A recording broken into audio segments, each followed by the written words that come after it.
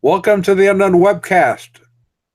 As I did a test run a few days ago with today's guest, I happened to mention that I am so conservative, you guessed it, that I can't turn left even when I'm driving. A word of warning for folks who are joining us: this is not a safe place for those who may be easily offended by having their ideas challenged. This is broadcast number 86, and this week we'll have Dr. Jay Smith to talk about an historical critique of Islam's beginnings. My name is Don Vino, and I'm president of Midwest Christian Outreach Inc. in Wonder Lake, Illinois, which produces the Unknown Webcast. And our senior researcher is Ron Hensel, who will introduce the sponsors of today's webcast. And here's Ronnie Boy. Greetings from sunny Florida, where once again the palm tree came out, saw his shadow, and so we have 12 more months of summer. Our sponsors for this program include the Coexist Boutique, for when you care enough to take your hands off your loved ones' throats in order to pick out the perfect gift. The Coexist Boutique. And the Designer Jesus collection. No longer do you need to be embarrassed by your church's Jesus. Just attend the Designer Jesus collection and pick out your own stylish Jesus. And to ensure continued access to this program, please go to MidwestOutreach.org. Click the yellow donate button and contribute as you feel led if you want to keep us going, or if you just find us very annoying and want to inflict us upon your friends. MidwestOutreach.org, the yellow donate button, contribute as you feel led. And back to Don.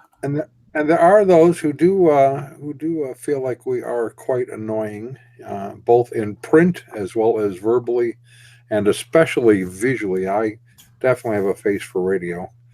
And our guest will be joining us in a minute or two, a few minutes. We just spoke with him. He's running just a tad late. I think that Florida weather does it to him, makes everyone late. Is that what's going on there? Well, oh yeah. What part of Florida is he in? I don't know. He told me, but I forgot. So. Oh, okay. Because it wasn't relevant to my life at the moment. I'm on the Gulf Coast. Well, at least our county is on the Gulf Coast. It's been very nice and temperate, down into the 60s at night, so we aren't complaining, or at least I'm not. So we're going to talk about the origins of Islam, and I think, a lot of people don't realize that Islam did not come along until a few hundred years after the end of the New Testament. After Christ, Muhammad was not born until the 6th century, I believe. And which would be the 500s for those who have trouble adding all those things together. Yes.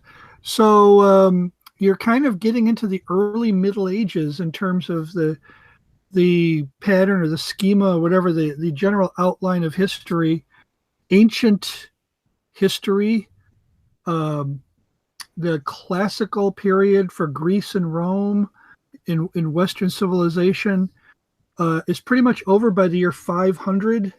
You had the completion of the fall of the Roman Empire, at least in the West, the western half of it, where Rome was. So most people think, well, when Rome finally fell for the last time, when it was finally invaded, captured, and that was AD 476 when that happened. So 24 years later is kind of a convenient stop, cutoff place. Some historians will date it right on the year that Rome was captured. That would mean the Middle Ages started in AD 476. I like the year 500. It's easy to remember. And then you've got from 500 to 1500 is the medieval period or the Middle Ages. That's easy to remember too. 1500 is a good stopping point because just a few years earlier you had Columbus discovering America. Just a few years after that you have the beginning of the Reformation.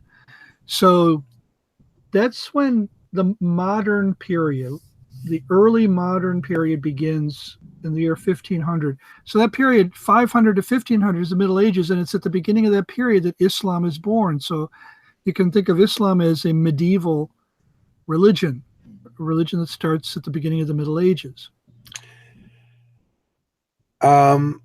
Okay. Yep. Middle Ages. And, obviously this is a big issue around the world right now. Here we go. So, Dr. J. Smith is with us. Can you hear us? Welcome. Can you hear me? We can. Hear you. We Okay. can see you. We can hear you. And we've been filling in the blanks. Ron has been advising our viewers, live and potential viewers, that Islam is sort of a medieval religion, sprang up in the 6th century. Early Middle Ages. Or at least Muhammad supposedly was born in the 6th century. And of course, most Americans' familiarity with Islam came about around 2001. Yeah, right. Well, but the reason I point this out is because, in terms of religions, when you compare it to Judaism, Buddhism, Hinduism, any of them, I can't. Maybe I'm missing one, but Islam's a pretty Johnny-come-lately religion. Go ahead. Yeah, and it gets even worse than that. Who am I talking to here? Who's this? This is Ron Hensel, a senior researcher, a resident smart guy. He's the one who actually has some degrees. I just usually get the 3rd degree, but Okay. Hi, Rob. Nice to meet you. Nice to meet you. Listen, good to be talking to you guys and gals who's all out there. But you're right, Rob. I think that it is Rob, right? Ron. Okay. Ron. Okay, Yes. Ron, you're right, Ron. It is a Johnny-come-lately, but it gets even worse than that. It's not only a Johnny-come-lately, it does not have any historical or very little historical backing to even support the claims it makes. And that's what we're going to do. I think we're going to unpack that now as we go through this hour. We are Okay. just kind of a general overview, let's say, from someone who spends some time talking with Muslims. There's this general idea coming from the Islamic community that Muhammad was raised up to correct the error of Judaism and Christianity. In other words, they had the gospel originally, they lost it, or it was a gospel for their area, and Muhammad is the final prophet to basically restore all of God's truth. Now, what's wrong with that?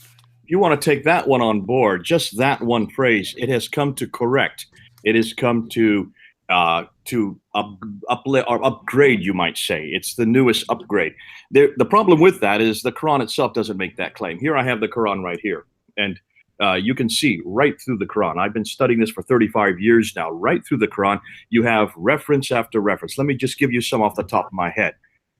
Surah 10, Ayah 94. That's chapter 10, verse 94. Chapter 21, verse 7. Both say that if you Muslims have any questions, go to the previous scripture, that's the Tawrat, which is the Torah, and the Injil, which is the Gospel, to basically to have your questions answered. Why would they go back to a previous scripture that need to be upgraded, that was supposedly corrupted?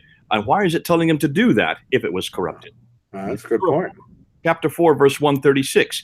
It says, O Muslims, I have given to you those scriptures that I have given to you. This is Allah speaking to the Muslims. I have given to you the Tawrat and the Injil. So there's a clear reference that the Tawrat and the Injil are for Muslims. Chapter 29, verse 26. It says very clearly, do not argue with the Christians and the Jews. They're not even to argue with us on this point, because they have been given, that's us, we have been given the Torah and the Injils as signs for Muslims. And then chapter 5, verse 46 and 47 and verse 68 says very clearly, O Christians and Jews, people of the book, Ahli Kitab, that's us, go back to those scriptures God has given you, for they are signs for you. And he who does not measure by those scriptures is displeasing to God. So there you can see reference. I've given you now 5 references. In every case, it tells them to come to us when they have questions, not to argue with us, that God gave both scriptures to the Muslims, and that we Christians are to guide and to be guided by our scriptures. Interestingly, it doesn't say by the Quran. We Christians are to be guided by our own scriptures. Now, there's not one verse, and I've asked this for 35 years, there's not one verse in the Quran that says our Bible has been corrupted or needs to be upgraded or has been accreted or deleted or somehow has been changed. That does not exist.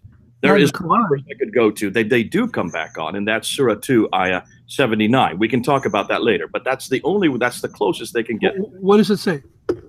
In chapter 2, verse 79, it says, beware of those, and it's talking about Jews. There's the context. Beware of those Jews who write with their own hands and call it the book. That's the closest you're going to get in the Quran to a corruption of scripture. What does that mean? Well, you need to go to the verse that precedes it. And this is Okay. what Muslims don't do. And this is what Christians don't do because we don't know the Quran well enough. In other words, context, right? Always read the context. Always read the context. And the verse before it, verse 78, says, "O Muslims, beware of those Jews." It doesn't say Jews there, but the whole context of the chapter is about the Jews. Beware of them. Who? The Jews that you see in the previous verses. They know not the book. That means they don't know scripture. They but guess. So they don't know scripture. They but guess. Verse 79 follows it. Beware of those Jews who write with their own hands and call it the book. Now, what's that referring to? Right. That's not talking about the Quran. That's talking about the apocryphal writings. That's the Talmud, the Mishnah. Now, Okay. here's where it really gets exciting, and this is where you can really take on Muslims. All right? If that's talking about the Mishnah and the Talmud, let's look at the Quran now. Look at chapter 5, verse 31 and 32. Verse 35, story of Cain and Abel. Cain kills his brother Abel, doesn't know what to do with the dead body, so he sees a raven scratching in the ground, burying its partner, so he follows the example of the raven and buries his brother the same way. That's not in our Bible. Where does that come from? That comes from the Targum of Jonathan ben Uzziah, written in the 2nd century, an apocryphal account. It doesn't belong in our Bible because it never really happened. And yet it's found in Surah 5, Ayah 31. The very next verse, verse 32, that all our politicians love to quote, "O children of Israel, for he who takes the blood of one as if he takes the blood of all, but he who saves the blood of one as if he saves the blood of all," is referring to the blood of Abel, who has just been taken by Cain. That verse does not belong in the Targum of Jonathan ben Uzziah. That comes from the Bar Sanhedrin, written in the 5th century. We have the original text. We can look at it. We can see that it was a margin comment written by a scribe just thinking out loud about the blood of Abel. Then in the late 5th century, it was incorporated into chapter 4, verse 5 of the Bar Sanhedrin as an analogy of the blood of Abel. But both those verses are from apocryphal accounts. They should not be in the Quran if it's from God. And here you have them in the Quran. And then verse 33, the one that follows after it, is the one that has to do with us, because verse 32 has nothing to do with Muslims or Christians or Jews. It only has to do with Jews. As it says at the top of the verse, "O children of Israel." Okay. Now, Now, can you see what I've just done? Can you see what I've just done? I've just taken the verse in chapter 2, verse 78 and 79, and I've read it as it is, and then I've applied it by looking at the Quran itself and showing that really this is an indictment against the Quran. It's not an indictment against the Bible. It's an indictment against these stories that have been incorporated into the Quran. You find that in chapter 5, verse 31, 5, verse 32, chapter 21, verse 17 to 44, chapter 27, verse 17 to 44, and chapter 21, verse 51 to 71. So you can find it all the way through the Quran, verse after verse, story after story from these Targums, these Jewish apocryphal writings. do you have your headphones, Andy? We're getting feedback. Let me see if I've got one here. Go ahead, keep talking while I look. This raises a couple of questions. First of all, where do they get it from? If it's not in the Quran, is it in like some of the other Islamic writings that the Christians and the Jews corrupted the Bible? All of these are Jewish apocryphal writings. We know who wrote them. We know when they were written. We know why they were written. But how did the Muslims? Okay, I'm getting a lot of feedback. I'm gonna have to wait till you put on your headphones because I can't. Headphones. I have to. Let me go back to my room. They're in my room, which is downstairs. I'll be back in about 2 minutes. Okay. You guys Okay. keep talking. We're going to take a break and talk about what are we going to talk about with our commercial? Well, we can hear from our first sponsor if you like. Hold on a second. I have to get that up a little early. Got some questions for you. Do you struggle with finding the right wine to bring to pagan goat sacrifices? Do you wonder what to wear to your neighbor's neo-Nazi parties? Do you get anxiety attacks when trying to find the right picket sign to share with your friends from Westboro Baptist Church? Now you can put an end to all the worries that come from trying to fit in with people on opposing sides of the culture wars, because you can find the perfect gift for any ideology at the Coexist Boutique. This week's special deal, in honor of the 50th anniversary of Mao Zedong's Cultural Revolution. Relive the days when university students subjected their professors to public shaming sessions for not exhibiting politically correct opinions and behaviors. Oh, wait, that's going on right now in the USA. Yeah. Yes. This week's special deal, Cultural Revolution Eyewear.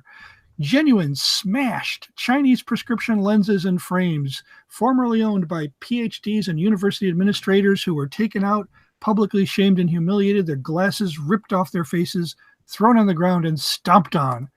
Dating back to 1966 to 1976, 99 cents a pair. You can't afford to say no to this deal at the Coexist Boutique. For when you care enough to take your hands off your loved ones' throats in order to pick out the perfect gift. The Coexist Boutique. So, a couple of questions I have for Jay. One is,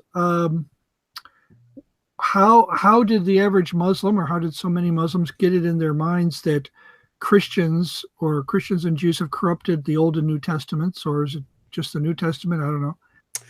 Well, when he gets back with his headset, that'll help. But I have a comment that I was trying to get in a little earlier, because when we read the Quran, we clearly do find passages that seem to be friendly toward Christians and Jews. And here he's returning, so I'll kind of re-say this. Welcome back. Welcome back.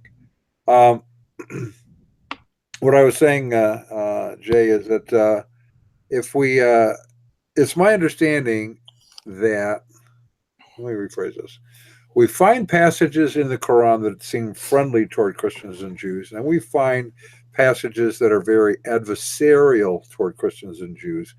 It is my understanding, and we're going to correct some of this in a few minutes as we start looking at the actual history, but it's my understanding that the early Muhammad was trying to be accepted and embraced as a prophet of a monotheistic religion along with Judaism and Christianity, both of which rejected him. And so later Muhammad was quite angry about that, and that's why the passages that are vitriolic against both faiths are there. Okay. I'm going to have to back up and say something historical here in order to answer that question. Yes. Before we even assume that Muhammad had anything to do with the Quran, we have to ask, when was the Quran written? Perfect. What a way to get into that. Sorry, I didn't need to segue, but look, it's inevitable. We're going to have to do this. Yeah. And this is probably the Achilles heel of Islam right here. You're heading into it, Don. This is probably which is going to destroy Islam in the years to come. This book here is absolutely sacrosanct for Muslims. They have to not only adhere to this book, this is their foundation, this is their authority, they have to go back to it. The question we're asking as historians is, when was this book compiled? When was it put together? And the answer is very clearly, the earliest manuscripts don't even begin to appear until the 8th century. Now, it's not me saying this, not Dr. J. Smith saying this. This is what we're coming from the Muslim scholars themselves. Dr. Tayal Atakulich is probably the world's leading authority on the Quran. Dr. Ekmelet Ihsanoğlu, a second leading authority on the Quran from the Muslim world. They are the ones that have done the study on all the major Quranic manuscripts. That's the Topkapi that's in Istanbul in Turkey. That includes the Samarkand manuscript, which is in Tashkent in Uzbekistan. That includes the Husseini manuscript, which is in Cairo in Egypt. That includes the Ma'il manuscript, which is in the London it's the British Museum, British Library now. That includes the Bibliothèque Nationale's copy of the Quran called the Petropolitanus, and that includes the Sana manuscript, which is in Yemen. In Sana, in Yemen. Those are the 6 major manuscripts. They have now been studied for the first time. We now have the books that actually unpack them. And in every case, every one of those 6 earliest manuscripts do not appear until 705, until 720, until 749, until 780, until 800s, and some, according the Husseini, probably the late 9th century. So we're talking about 100 to 200 years after Muhammad. Well, That's the first thing we need but to say. Christianity and Judaism have the same issue. Okay, that's a good point. You're making a good point, Rob, but we don't make the same claims. We don't claim that the Quran is eternal. The Bible is eternal. I don't know of any. I hope you're not saying this is eternal. We would not say it was sent down to one man named or John, Matthew, Jude, or Luke, or them. They wrote them themselves. We knew they wrote them. We're not claiming that we have the originals. Only Muslims make that claim. There's not a Christian I know that would make that claim. They claim that the manuscripts, there are original manuscripts. Well, of course, now Muhammad himself was illiterate, right? The Uthmanic manuscript is what we're talking about. The Uthmanic is the third caliph. He was the one that compiled the Quran in 652. That's what all the traditions say. That's what every Muslim would say, whether they are radical, nominal, or liberal. They would all say that this book was compiled by Uthman in 652 AD. So that's their claim. No Christian would make a claim like that about the Bible. And you're saying that claim is false. Absolutely. Well, and I'm going to go even further than that. I'm saying that Muhammad had nothing to do with the Quran. It's my understanding, and you can correct me if I'm wrong here, it's my understanding that they claim something even more drastic, and that is that the manuscript supposedly that they have is a direct copy of the manuscript in heaven. Okay, that's a secondary point, but that is true. Now, there's no way we can disprove or prove that, can we, Don? Right, no, right. So I'm not even going to get into that discussion. I'm getting into a much more practical discussion, which all of your viewers and all your listeners can get into. And this is what everybody listening can ask. You claim four things. That the Quran, you, the Muslim, claim the Quran is eternal. That's in Surah 85, Ayah 22. That's internal to the Quran. The Quran makes that claim itself in chapter 85, verse 22. You were the ones that claimed that it was sent down to a man named Muhammad between 610 and 632. That's not us making that claim. That's you making that claim. That 22-year period. You're the ones that claim that it was not written down when Muhammad was living. When he died, there was no Quran written down. That's your claim, not our claim. You're the ones that claim that during the time of Abu Bakr, between 632 and 634, that 2-year period, the first recension, the first copy of the Quran was written down, given to one of the wives of Muhammad named Hafsa. She put it under her bed and left it there for about 18 to 20 years. You're the ones that claim that 20 years later, during the time of Uthman, well, the third caliph, that at that period, it had to be taken from Hafsa, and it had to be rewritten a second time. And that is this book that we have in our hand right here. That is the Uthmanic recension. They call it the Mus'haf, the Uthmanic Mus'haf. That's the Arabic word for it. Mus'haf means codex. Go ahead, Rob. Was it copied? Is it supposedly copied word for word, letter for letter? I mean, absolutely. Now, how do I know this? And where does this claim come from? It comes from Al-Bukhari. Al-Bukhari is a hadith writer. He is Sahih. That means there's no error in what he writes. He was writing in 870. Listen to the date. 870. When did Muhammad die? 632. When did Uthman write the Quran and have it finalized? 652. So you're talking about 240 years later. A guy named Al-Bukhari is the one that tells us how the Quran was put together.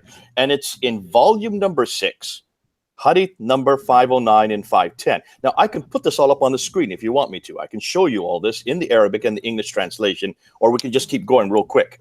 Because it's important that Muslims, every Muslim that I talk to, every Muslim that I have debated, any scholar that I have had debates with, they will all claim that because of Al-Bukhari, we now know the Quran was sent down to a man named Muhammad over 22 years, was written in its final form, in its second recension during the time of Uthman, and that the Qurans we have in our hand today are exactly the same that comes from Uthman, exactly the same that was revealed to Muhammad, exactly the same as that which is in heaven on those eternal tablets. That's the claim every Muslim makes. No Christian would make a claim like that about the Bible. Where do Muslims say that the Uthmanic manuscript is? Where is the physical Every manuscript? Muslim up until 2014. That now has been destroyed by a debate I had with Dr. Shabir Ali in Toronto. And that has over 500,000 people have watched that debate.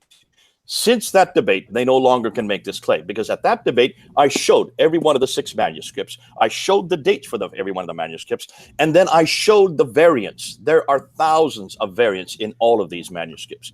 None of those 6 manuscripts that I just named That's the Topkapi, the Samarkand, the Husseini, the Ma'il, the Petropolis, or the Sana. Those are the 6 major manuscripts. None of those are from the 7th century. Not one of them is the same as the other, and not one of them parallels the Quran that we have in our hand today. But until then, though, where were they saying this Uthmanic manuscript was? The Topkapi, the Samarkand, the Husseini, the Ma'il, Petropolis, and the okay, Sana. so Those are their 6. Oh, okay. So in other words, there was no Uthmanic manuscript, really. They never all claim to be Uthmanic. Everyone, even today, if you still go on the websites, they still say Uthmanic Musaf, Uthmanic Musaf. When I'm hearing Uthmanic, I'm hearing the original Uthman manuscript. Yes. But every Muslim has always claimed that until 2014. But really, in reality, only 6 copies of it, allegedly copies, existed. No, these are the 6 earliest copies. There are many other copies that come after. So the autograph, you have the St. Petersburg copy. You have you have the you have Istanbul copy. You have 2 others that come you're from all over the world. There are hundreds of other manuscripts, but they're all much more recent. Well, let's use the word autograph to distinguish those copies from the original autograph of the Uthmanic manuscript, the one that those copies are based on. They acknowledge that has gone out of existence, right? The scholars are for the first time now acknowledging it. This is what's great. Now, when I say scholars, Ron, I'm talking about finally Dr. Shabir Ali he did so in 2014 at the debate I had with him. He finally had to accept that this Quran, the one that he is using, the one that every Muslim uses today, was written in 1924. Let me repeat that date. Wow. 1924. Wow, that's pretty late. Would you call it then a critical edition based on the 6 manuscripts, or what? No, still not based on the 6 manuscripts. As I just said about 5 minutes ago, this Quran that I have in my hand is not parallel to those 6 manuscripts. So what's this based on? What would you say? Well, what do they claim? They claim that this Quran, called the Hafs, it's known as the Hafs Quran. H-A-F is the man's name. H-A-F-S, sorry, is the man's name. They would say that this Hafs Quran was put together by a group of scholars at Al-Azhar University in Cairo in 1924. That's 94 years ago. They claim that when the scholars put this book together, they did so to canonize it so that there would not be thousands of other variations. They wanted to have one final Quran. Now, isn't that what Uthman was supposed to have done back in 652? Right. So why does it take them 1,400 years to do it again? Well, let's just try to. I'm going to basically compare what you're saying with my knowledge of biblical textual criticism. Yeah. And 95% or so of all textual variants amount to spelling, punctuation, things that are, just very trivial. So don't change any actual teaching. Right. So we're talking about really less than 5% of textual variants go beyond spelling and punctuation. And it doesn't change any theology, and it doesn't change any doctrine. Right. So in this case, are we talking about, did this 1924, I'll call it a recension, for lack of a better word, did this 1924 recension, how many significant substantive errors did it try to smooth over or eliminate? A lot? Major ones? Thousands. Okay, we're talking Thousands. About more than spelling. I don't even know if ancient Arabic had punctuation. Dr. Dan Brubaker, who is a colleague of mine, and he is the one whose work I introduced in 2014. So it's been around for 4 years. I introduced in Toronto. He did his doctoral thesis on this very question. Your question. That is, what are we going to do with can we find any human intervention? Can we find any corrections? Just simple corrections to support the fact that maybe this is not from God. Maybe it did not come from Muhammad. Maybe it did come from man. Which is a simple supposition to make, which is what we claim about our Bible. Well, yes, we do say it's inspired by God, but God didn't write this. We know who wrote it. Well, John wrote John, Mark wrote Mark, Luke wrote Matthew wrote Matthew. So you can't compare the Bible and the Quran because we're not making the same claims. I'm going to have to keep reminding you and people who keep on jumping me on that say, well, our Bible's just as bad. Oh, hold on a minute. Of course it's just as bad because we don't even make those claims. What we're hammering here is that this is from God. the Quran is not from God. And what he did in his doctoral thesis, he went around to these 6 major manuscripts and he filmed them, filmed every page, was given access to all of the 6 manuscripts, and he also did another 4. So he actually looked at 10 manuscripts, all of them from the 8th and 9th century. He was hoping to find maybe 1 or 2 corrections, because that would then dispel this notion that it was sent complete, unchanged, to a man named Muhammad, written down, complete and unchanged at the time of Uthman, and has remained for 1400 years complete and unchanged as that which exists in heaven. He wanted to just dispel that notion. Guess what he found? Over 500 insertions. That means entire words that are inserted, or entire lines that are inserted of the text. Now, when I'm saying inserted, I'm not just talking about diacritical marks. I'm not talking about vowelization. Are you familiar with those 2 words? Yes. Sure. Okay. For those who don't know what I'm talking about, when you, in Arabic, if you know Arabic, Ron, do you know Arabic? I don't know Arabic, but yeah, Don, I know do you know diacritical Arabic? marks. And I don't, but you have a similar kind of a thing with Hebrew and God's name, for example. You have markings that others have added in so we can have a consistent pronunciation of them. Same thing in Arabic. In Arabic, there were no marks. When at the time of the 7th century, we didn't have any diacritical marks. They didn't exist. Arabic was a very crude language. It only had what they call razm. Razm means a consonantal text. Mhm.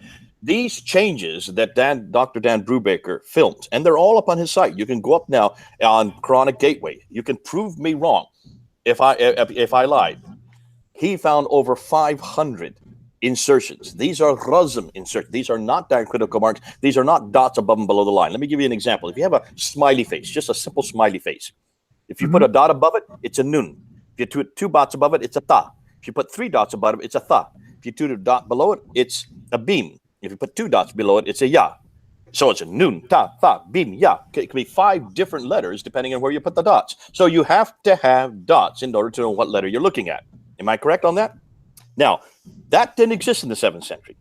Those were only introduced in the late 8th century. So none of these manuscripts that I just named, the 6 major manuscripts that I just named, have dots above and below the line.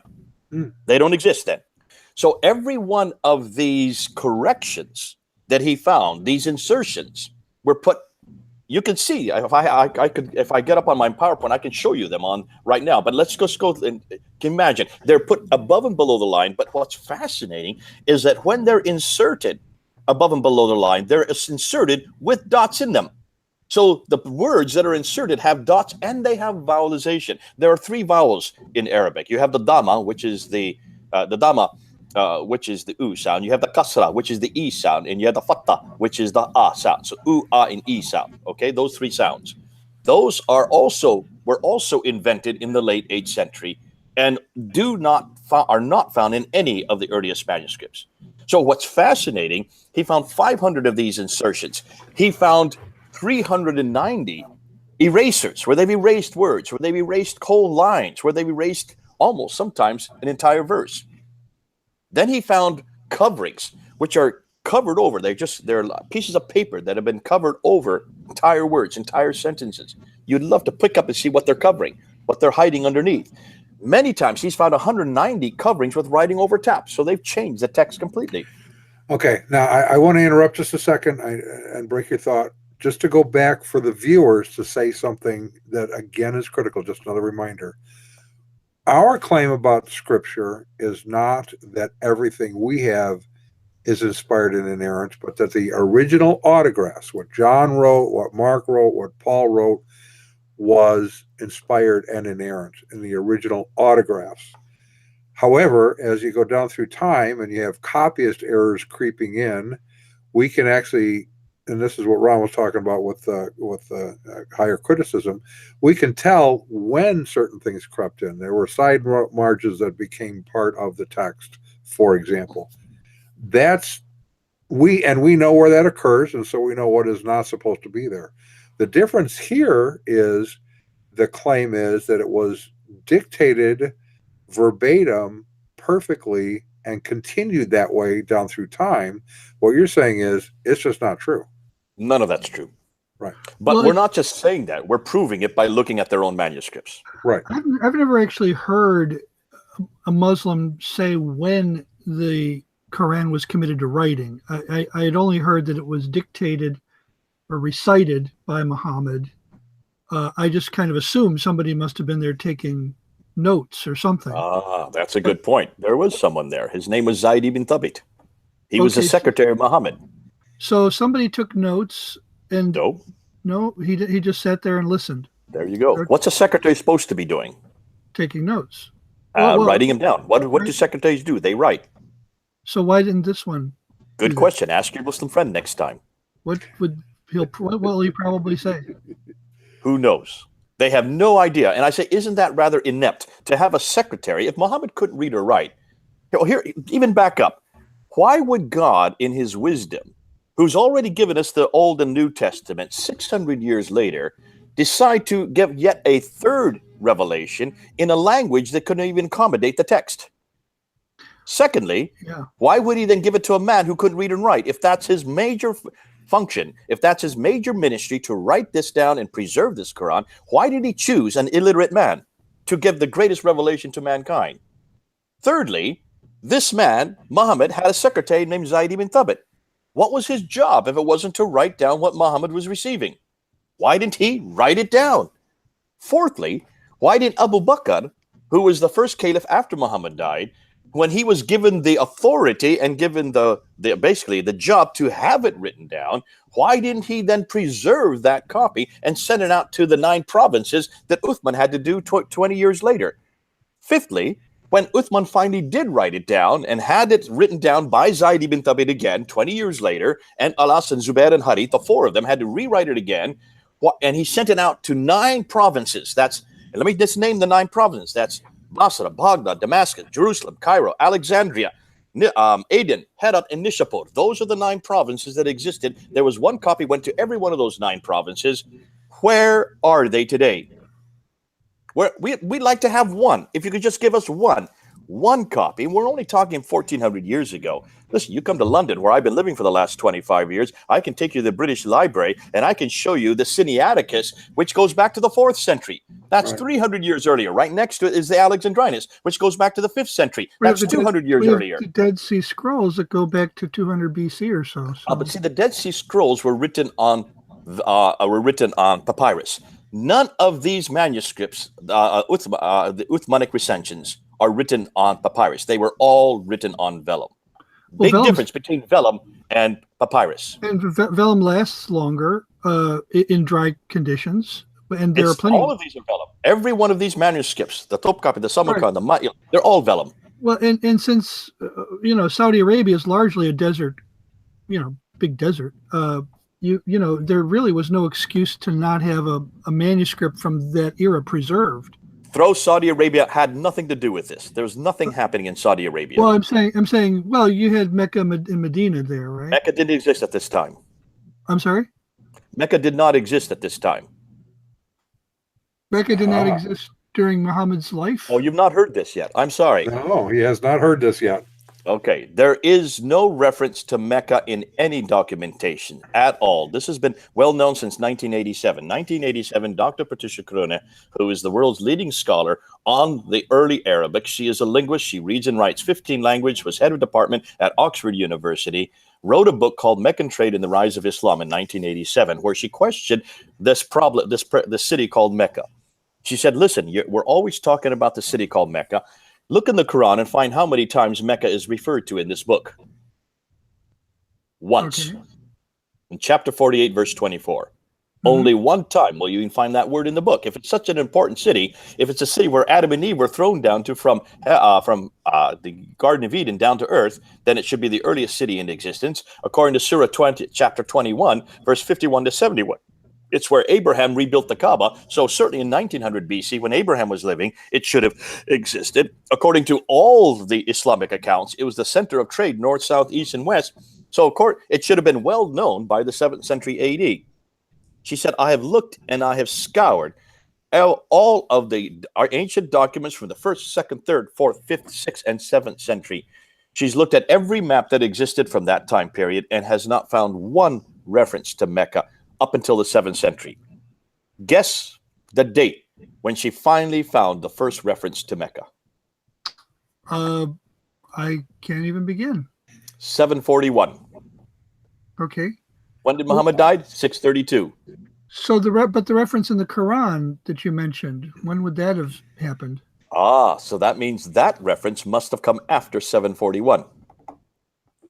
Well, we have, at least you have reason to believe that it did. Now, can you see how the documentary evidence is fitting the manuscript evidence? And now we get to the archaeological evidence. Now, I can see Don smiling. He knows where I'm going to go with this. Now, let's go to the archaeology to see if this all fits together. I'm giving you a real crash course, Ron. So, and those who are listening, this will be the first time they've heard it as well. When you look at and I do want to say, one second, I do want to say, they can go online on YouTube and look for a historical critique of Islam's beginnings, and you'll get an hour and a half, maybe, of more in depth. Here's what's going on. Boom, boom, boom, boom. Just go up to Fander Films. We have all of this on Fander Films. Yep. How do you spell that? Fanderfilms on YouTube. Go up to Fander Films. Pfanderfilms. Fander, named after Dr. Karl Fander. It's a German spelling, so it's PF for the first 2 letters. Okay. That's been up for 12 years, but this material was just put up before Christmas. All of this in 6 different videos before Christmas of 2017. Each one is 1 hour long. It was a video program that I did on Trinity Television, and those are all up there. And this question that we're talking about right now is, I unpack it for a whole hour. I'm giving it to you in 5 minutes. Good. So where, if there was no Mecca, what about Medina? Well, Medina. He's going to give you the history. I'll give you all of this. Okay. When you look at the Quran, and this is Dan Gibson who wrote this book here. This is the book he wrote that just came out last year, in 2017. This unpacks all of it.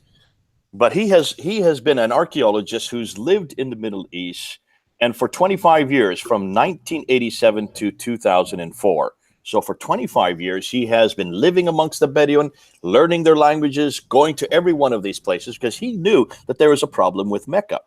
He'd heard about this long before you or I even heard about it. He knew about it long before most scholars knew about it. And he did what a scholar should do. Rather than just reading books in the library, he actually went to every one of these places personally. He went to Jordan, he went to Saudi Arabia, he went to Syria, he went to Yemen, he went to all across North Africa. And for 25 years, he went to mosque after mosque after mosque, went to the earliest mosques that existed, the ones that still exist today that have not been destroyed completely. He went to their, most of them are destroyed, but they're still artifacts. They're still, you can still see the walls for the earliest. You can go down to the, and he looked for the Qibla wall. He was looking for the Qibla wall, which means the direction of prayer. Every mosque is facing a certain direction, and they're all supposedly facing Mecca. Am I correct? That's Correct. right. In the Quran, it says so very clearly. It says in chapter 2, verse 145 to 149, that the Qibla, the direction of prayer, is from the great mosque to has been redirected down to the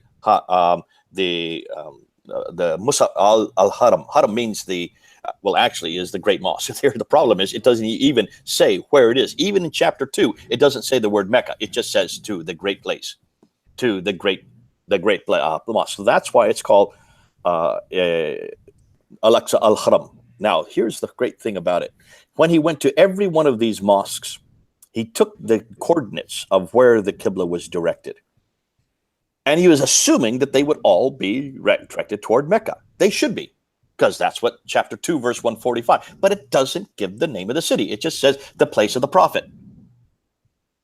Who is this prophet that it's talking about? They don't give a name of the prophet. He then got curious, and so he went back to the book again, and he looked at all the geographical locations he could find in this book. There are 65 geographical locations in the Quran. And he wanted to find out where these geographical locations are. He realized that the Quran was very clear that wherever this prophet was, it was in a valley. It had a parallel valley. It had a stream going through it. It had trees, clay, loam, grass. It had olive trees. That's when the bells started to ring. Olive trees. Now, anybody who knows anything about olive trees knows that olive trees only grow around the Mediterranean. There are no olive trees in Arabia, and certainly not that far south. So he knew immediately there was a problem here. That's why he went to the mosque. Then he noticed that over and over again, 23 times in the Quran, it mentions that this prophet, though it doesn't give him a name, you won't find Muhammad's name in those verses. It just says the prophet, the representative of God, the Nabi Allah, the Rasul Allah. These are the prophets of God over and over again in Arabic. But it mentions 23 times that this prophet has contact with these people from Ad. Ad is the biblical Uz. 24 times that he has contact with people from Thamud. Thamud would be the Nabateans, Nabateans from Nabatea. Mm-hmm. 7 times the people from Midian. Well, we know where Ad, and we know where Thamud, and we know where Midian are. Take a look on a map and you'll see where they're located. They're located all around Jordan, but that's 600 miles further north. So he was very curious. This is why he decided, I got to go to these places and find out what this Quran is talking about, where this place is.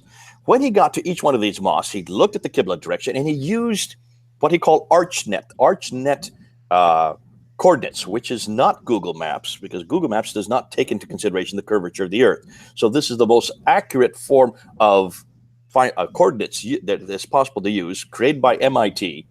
He uses ArchNet, and he was able to locate every one of the Qiblas, and guess what he found? I'm guessing it had something to do with Palestine. Nothing to do with Palestine. Okay, then I guess something else. Nothing to do with Jerusalem. Up until 706. So he found 19 mosques, but every mosque up until 706. Now remember, Muhammad died in 632. The Qibla was canonized in 624, according to the Quran. Okay. And according to every Muslim, they'll tell you. Up until 706. So we're talking a good 60 years later, 70 years later. Every mosque was uniformly pointing to one place. From as far away as Canton in China, from as far away as Cherman in Kerala, South India, from as far away as Jordan and Syria, down in Yemen, every mosque up until 7 and 6 is pointing to one direction, and they're within just a little over a degree off. Guess what that place is? Well, you know how that went the last time you asked. Yeah. Ron failed 2 times. Don, do you know the name? I don't. Petra. Okay, Petra. So there are olive trees near Petra? There are olive trees in Petra. Take a look at Petra. It has a valley. You've seen pictures of it. It has all those temples and all those major trade route. Exactly. It's at the center of every major trade route. It has a parallel valley. It has clay, loam, tree, grass. It has everything the Quran talks about. And take a look and see where the people from Ad and Thamud and Midian are. They're all around Petra. Everything that you find in this book fits Petra. Exactly fits Petra. Every one of the mosques fits Petra. So when in the world did Mecca come into importance? And when is the first mosque that has been found that finally faces Mecca? Not till 727. That's 100 years after Muhammad. Wow. Now, when's the first reference for Mecca that has yet to be found? 741. And when is the first map that we can find with Mecca on it? Not till 900. How do we account for the change? You got about an hour? No. We do, but we're gonna hold on to answer that because we need to hear from our sponsor. We had an hour.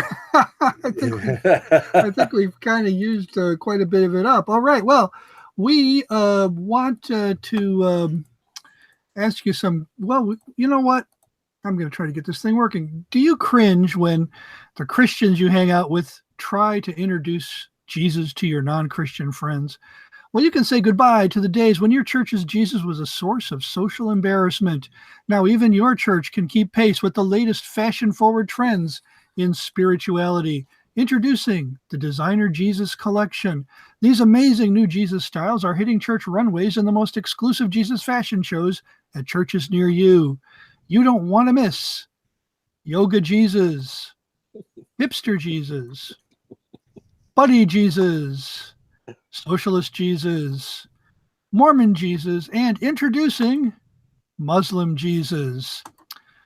At Designer Jesus Collection fashion shows, you will find a Jesus you'll be proud to introduce to your most sophisticated, cutting-edge friends and acquaintances. Please observe the attendance requirements. Cost of admission is just your eternal soul. Required attire, semi-formal. All proceeds benefit His Royal Majesty of the Kingdom of Darkness. The Designer Jesus Collection, London, Paris, Rome, New York, Salt Lake City. You don't want to miss it. Okay, so back to the real good stuff here. Ron, you're going to have to put Petra as in one more city beyond. You know, Yeah, we I are. I don't know how many church runways there are in Petra, but I'm sure they can bring one in if they need to. So, I mean, you have all these mosques pointing to Petra, but something happens by 727. Was that the year that you said, where the Boeing jet landed, and because it was 727, and then it was plain that it was supposed to be. Right? When this is a problem you always encounter in biblical criticism and things like that, when somebody makes a claim that something that nobody else saw up until now, and they somebody comes out with what's at that point a new paradigm, a new thesis or whatever, and it involves something like this, that something got changed radically in the tradition that we're talking about. And here you're positing that something changed radically in the Muslim tradition that's nowhere attested in the literature. But you just showed all this evidence, and it's very compelling evidence. So now the question is, how do we account for this change? And you said it's going to take an hour to describe this. Maybe we need to do another program. I don't know. Okay, Ron, let me stop you right there. Everything I have said up to this point, and now we've almost got an hour. We've gone about 50 minutes, right? Yep. Have I said any theory yet? No. Have I been speaking like as a Christian? That's I think you've been speaking as a Christian. I'm assuming. I'm assuming he is a Christian, but his question is: has he quoted any Christian sources, or has he dealt with Islamic sources and archaeology? Right. It's all been. Yeah, that's why I say you present a compelling case from the Islamic sources. Have you noticed, Ron, that I have never said anything about my impression as a Christian? I've never said anything about my reference point to Christianity. You've been doing that. You've been saying, "Wait a minute, when Christianity?" I've been trying to stop you because who cares about Christianity? I haven't mentioned Christianity either. I'm talking strictly. You mentioned the Bible a few times, but in the Bible we have the same problem. No, that's not what I want. I purposely have not gone that direction. Why have I not? No, I'm not. No, this point I'm bringing up is not Christian. It's neither Christian or Jew nor Islam. It's strictly historical. Absolutely. The question. I tried to keep this as neutral as possible. Right. That means anybody listening. You don't have to be a Christian. Most of the people that get excited by what I'm saying are atheists. Okay. Well, I just want to clarify. I'm only asking a historical question. What accounts for the change? Okay. And this is, I'm making this point very clear because it's important that you hear this. What we're going to do now is we're going to try to make sense of all the evidence. And that's all we have done for 50 minutes is looked at the evidence. We have not yet said what it means. And you can see that's the job of any historian, is to then take the next step. Well, then, with all this evidence, and you say it is strong evidence, we're talking about Qiblas of mosques that you can go to today. You can go and see if Dan Gibson is wrong. Take a look. Don't just read the book. Go and physically to every one of these mosques. Dan Gibson is right now, as we speak, back in Jordan. He's looking at 25 other new mosques that have just been discovered. This is going to be ongoing for years to come. It's not stopped. Almost everything that I have quoted today, I haven't done any of the research on any of it. But it's coming from the best in the world. Patricia Krona, no one is better than her. Who can read and write 15 languages like she can? She just died last year. For the last 10 years, she has been head of department at Princeton University because she got death threats in England for what she discovered. And because of the death threats, she moved across the Atlantic and came here to the United States. Dr. Robert Hoyland, who reads and writes 18 languages. He is the one that's probably done the best work at looking at what existed outside of Islam in the 7th and 8th century and what they said about these Arabs. Now, Now you're asking me to go and make sense of it all. And this is where it becomes dangerous. Because what I'm going to say today, in 1 year, I may have to correct. Now we're going beyond evidence. We're trying to make sense of it. Okay?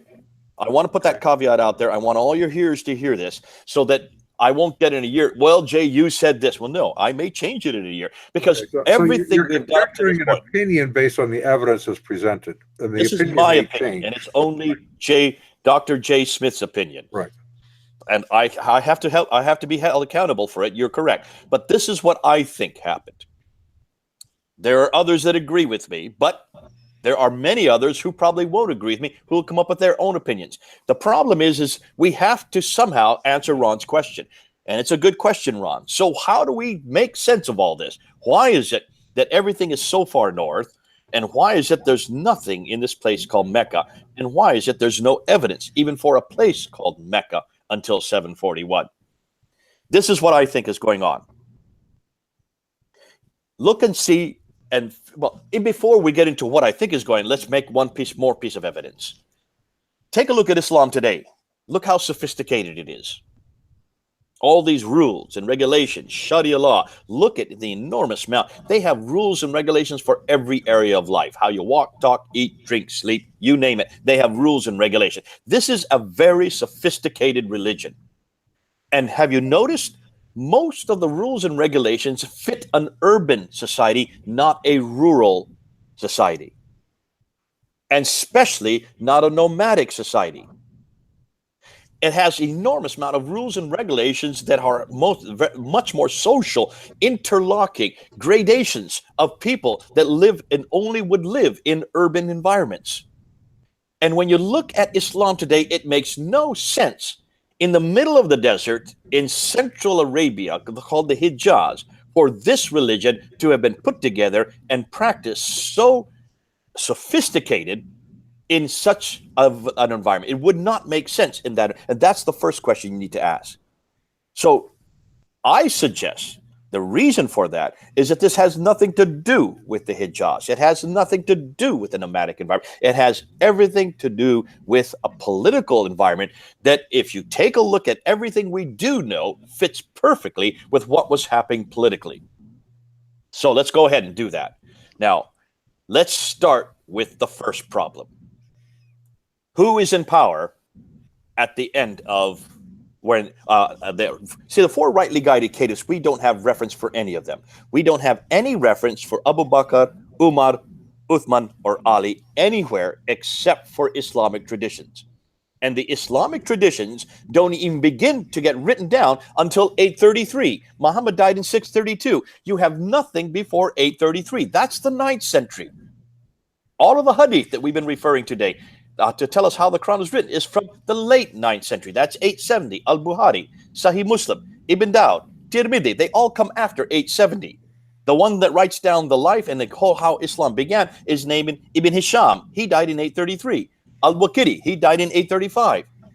So that's 9th century. So everything that the Muslims are dependent on, everything they're dependent on who Muhammad was, how the Quran was written, was Islam, what was Mecca all about, what was happening, all comes from the 9th and 10th century for what was happening in the 7th century. And I want to stop with that and say, throw out the tradition, let's go to the 7th century. And let's see what was existing. And the first name we come up with from any historical sources is not Muhammad. His name is nowhere in any Arab sources. Have you noticed that? I haven't been reading Arab sources lately, so no. So that's why Right, you need to ask. right, ask and we just assume because the claim is yes that he was there, and what you're saying is maybe, but we have no evidence that he was there. Can you imagine? Now here I'm going to be as a Christian. I'm put on my Christian hat. Can you imagine us talking about Jesus Christ, living in Bethlehem, living in Nazareth, growing up for the last 3 years, doing his ministry, going to Jerusalem, dying on the cross, rising again, appearing to 500 people, and yet we have nothing about him, not one word about him from any Christian sources until the 3rd century? That would be Matthew, a Mark, Luke, problem. and John would have only lived in the 3rd century, that they did not live in the 1st century. None of them knew Jesus Christ. None of them walked with Jesus Christ. None of them ever saw Jesus Christ. They were writing from 240 years later, and they were redacting everything back to what they believed Jesus said, did, and where he went. Even the most extreme liberal critic from the 19th century didn't push the boundaries that far. They might have. Nobody would. And how could we defend him? Now, why haven't we asked Muslims about this? Why has there been nobody who's been critical of this? Why is it that nobody outside of us, a few of us, who are historians, have held Muslims accountable and says, how can you dare say that we're to listen to your narrative? Your narrative only begins in 833. You have nothing earlier than 833. And we have looked at all the archaic literature from the 7th century, and we can't find any Arab source for a man named Muhammad until 691, and he died in 632, and that's on the Dome of the Rock. The first place you will find Muhammad's name in any Arab sources is on the Dome of the Rock in there, Jerusalem, there on that beautiful building that sits up on top of that hill. Okay, now we are at the end of our hour here, so I'm going to say a couple of things before we wrap up. One, I want you to give the web, the internet, where people can go and watch at their leisure these 6 or 8 sessions, however many sessions you have. It's a lot of very good material that needs to be digested, thought about, written down, and materials ordered. So I want you to give that. And I also want to ask if you will come back again in the future. We can talk about a date if you're willing to do that. Sounds like we just scratched the surface here. I mean, We I've did. got this feeling like, boy, it's like we didn't even get to the tip of the iceberg yet. Ron, and this is the frustration. Almost everything I'm telling you is brand new because no one has dared to talk about this in any seminary, in any Bible school. Whenever I'm asked to come and teach it, I have to fly in, do it quickly, and then get out. And they don't let the Muslims know that I've been on campus because this is very dangerous and it's very confrontational and it's highly controversial. You can lose your life if you say some of this in certain places in the world. That's why not many people want to deal with it. But that's why I'm bending over backwards to say that nothing that I'm saying comes from a Christian position. This is all using hard artifacts, evidence. And what we can do, Don, I'll come back again. And what we need to do is what Ron asked. Let's then unpack it. Let's see what's happening politically. Let's see why this all fits in. It fits in perfectly if you look and see what's happening politically on the ground. What's happening in Damascus? What's happening in Baghdad? What's happening in Yathrib, which is now Medina? Because these cities did exist.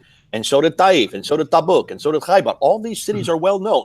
And we have lots of reference to what was happening in those cities. Once you start and see what's happening in those cities, and you see what's happening between the Umayyads and the Abbasids, these two great empires, and how they're confronting the Byzantines in the north and the Sassanids over in the east. Once you start to see what's going politically, suddenly all this fits and makes sense. It starts making sense, right? And you're doing what we do with other groups. When I talk with Jehovah's Witnesses, I only want to use their material, really. If I talk to Mormons, I want to talk with Mormon material, because then I don't have to worry about making a defense for whose translation is better, who's whatever. Let's just deal with your claims and whether you can prove them or if they fall apart under scrutiny, which is what you're doing here.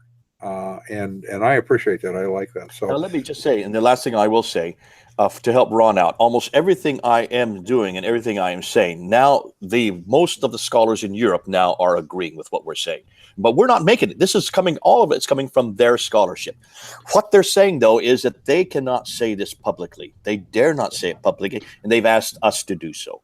The reason they've asked us to do so is because we do not have chairs that we're protecting. We do not have an institution behind our back whose name we have to protect. And we only have one person, and this is where I'll show my Christian credentials. I only have one person I'm responsible to, and that's Jesus Christ. Right.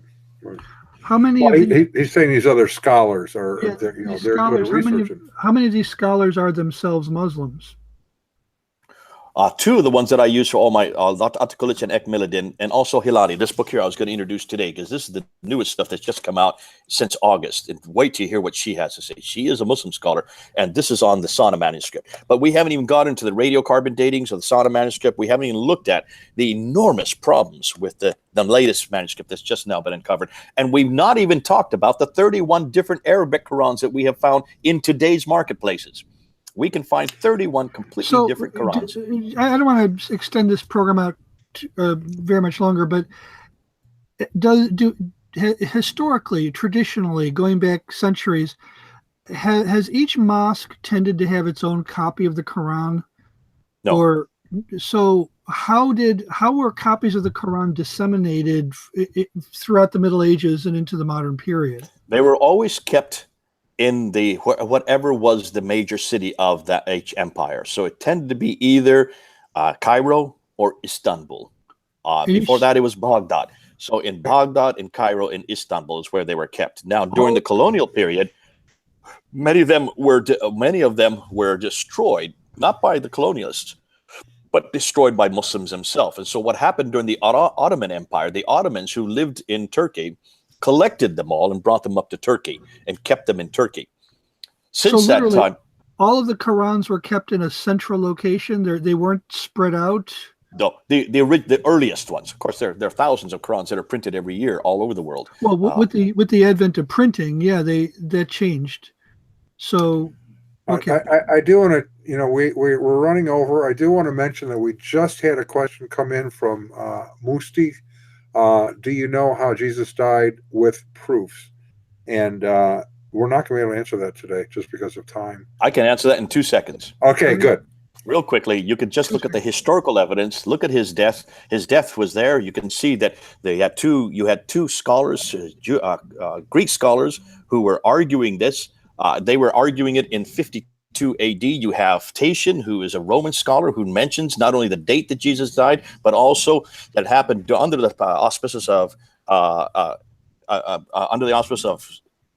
Pilate, and also during the time of Tiberius. So that's how we know that it was in 33 AD. You have a Josephus, who is a Jewish scholar, who writes about the death of Jesus Christ. So there you have Greek, Roman, and Jewish scholars, all of them in the 1st and 2nd century, who were talking about the death of Jesus. I'm not even talking about the Christian scholars here. And we have one more. Paul quotes a very early Christian creed, probably done by 38 AD, which would be within 5 years of the resurrection in 1 Corinthians 15, 1 through 4. Very early creed talking about the death and resurrection. Did you mean Tacitus or Tacitus instead of Tatian? Because I think... Sorry, Tacitus is the Roman one, and then it's Thales and Phlegon are the Greek ones. So Thales and Phlegon are 52 AD. Tacitus is 1st century, and then Josephus would be early 2nd century. Right, and Christian creed, 38 AD, so you have very, very early history. Carmen Christi. That's the Carmen Christi in Colossians 2, 6 through 11. Sorry, Philippians 2, 6 through 11. Okay, but you also have 1 Corinthians 15, 1 through 4. Oh, that's another one. Okay. Right. Very important, because that he's citing there an early Christian creed. In fact, I'm trying to think. Well, all the 4 Gospels have accounts of the crucifixion, so... Whoever the caller is, ask the caller, when's the first historical reference that Jesus wasn't killed? When does that appear? Okay, historical reference or religious reference? Well, religious would be much later, but I'm talking about historical. Since we're talking about history today, when's the first reference historically that Jesus did not die? Probably in Islam. Yeah. Well, right, and he may not be able to answer that because there's a little bit of a lag time between our asking, his typing, whatever, and we are now 8 minutes over, so we're going to do a wrap up, but we are going to schedule you to come back. Yes. Because this is all very important stuff. And you're right, this is cutting edge. We want people to know about this. What website do they go to watch it in? On YouTube, go to Fander Films or go to fander.uk. Okay. On the website is fander.uk. Spell that again. P-F-A-N-D-E-R. That's P-F-A-N-D-E-R.uk is our website. And the YouTube channel is Fander Films. P-F-A-N-D-E-R-F-I-L-M-S. Fander Films. Okay. Dr. J. Smith, I am so glad you were on. I'll email you later today, and we'll start working on a future date. Ron, do you want to walk us out of here? Yeah, why don't we do that? Okay, well, let's give credit where credit is due. Our resident cult leader profiler is Neil before me. Our wardrobe manager is See How It Fits You. Our tinfoil hat provisioner is Just In Case. Our Jehovah's Witnesses coverage comes from Armageddon and D Opposer. Our Mormon archives manager is Polygamous. Our liberal bureau chief liberal denominations bureau chief is Lucy Goosey. Transgender issues coverage comes from Ben Hur. Special correspondent for cults based on the Hindenburg disaster and flying turkeys is Ode to Humanity. Our fact-checking supervisor is Yoleg Pulling. Our technical assistance comes advisors are at the law firm of Dewey, Cheatham and Howe. Our grievance resolutions director is Yvonne Pisami. Our director of privacy assurance is wiretapping, and our original idea sourcing comes from Drew A. Blank. The Unknown Webcast is a production of Midwest Christian Outreach Inc. in cooperation with Emergency Manicure Productions, who are both responsible for its content, but that will never be proven in a court of law. Not a chance. Not a chance. Right. So, glad to have you. And now you know you've been had. Yes. Have me again. Have me again anytime. We will. Okay. Adios.